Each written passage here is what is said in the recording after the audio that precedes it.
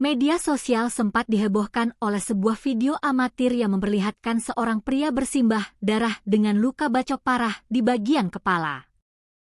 Peristiwa yang terjadi di kawasan Tomang, Grogol Petamburan, Jakarta Barat ini awalnya ramai dinarasikan netizen sebagai aksi pembegalan yang sadis. Namun, di balik rekaman mengerikan itu, polisi berhasil mengungkap tabir kenyataan yang sebenarnya. Ini bukan soal pembegalan, melainkan sebuah aksi pengeroyokan brutal yang dipicu oleh api cemburu yang membakar hati seorang suami. Selasa, 2 Juni 2026, tim Jatandras Polres Metro Jakarta Barat bersama Polsek Grogol Petamburan akhirnya berhasil meringkus 2 pelaku yang sempat buron.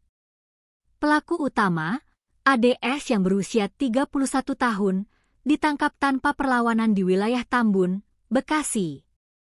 Sementara rekannya, pemuda berinisial J berusia 29 tahun, diciduk di daerah Tiga Raksa, Banten. Keduanya kini terancam hukuman hingga 9 tahun penjara. Kapolsek Grogol Petamburan, AKP Reza Aditya, menjelaskan bahwa motif utama di balik aksi nekat ini murni karena urusan asmara.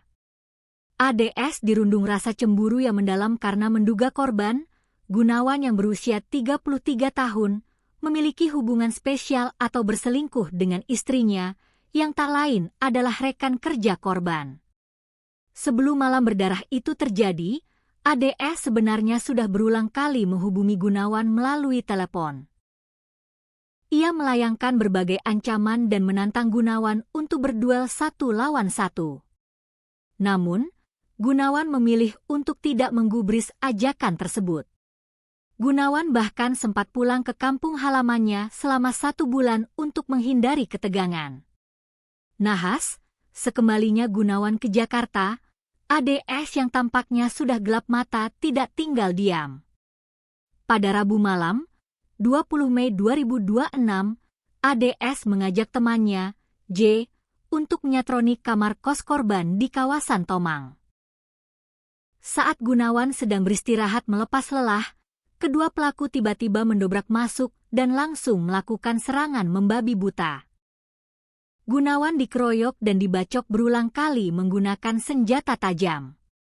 Dalam kondisi terluka parah, Gunawan masih sempat mengerahkan sisa tenaganya untuk berlari keluar dan menyelamatkan diri.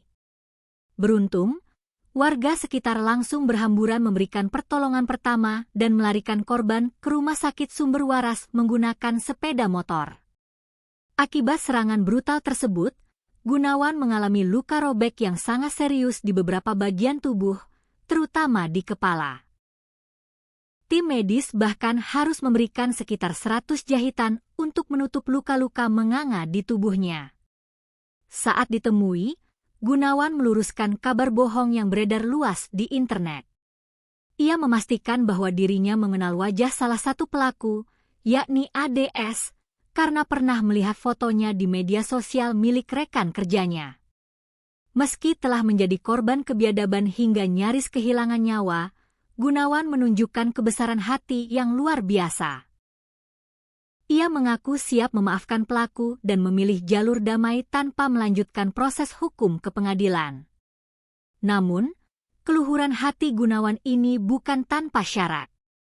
Ia mengajukan satu tuntutan mutlak, pelaku harus bertanggung jawab penuh membiayai seluruh perawatannya hingga tuntas. Tuntutan ini lahir dari sebuah realitas pahit.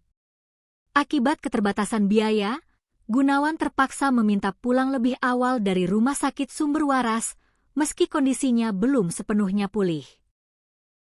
Tim dokter sebenarnya menyarankan Gunawan untuk menjalani operasi besar yang ditaksir memakan biaya hingga 150 juta rupiah. Karena tidak memiliki uang sebesar itu dan takut tagihan rumah sakit terus membengkak, Gunawan memilih penanganan medis seadanya. Tubuhnya hanya dijahit tanpa tindakan operasi lebih lanjut. Kini, bola panas berada di tangan pihak kepolisian dan keluarga pelaku. Sementara polisi terus mendalami unsur perencanaan dalam kasus ini, nasib kesembuhan Gunawan masih menggantung, menanti pertanggungjawaban nyata dari sang suami yang gelap mata akibat cemburu buta.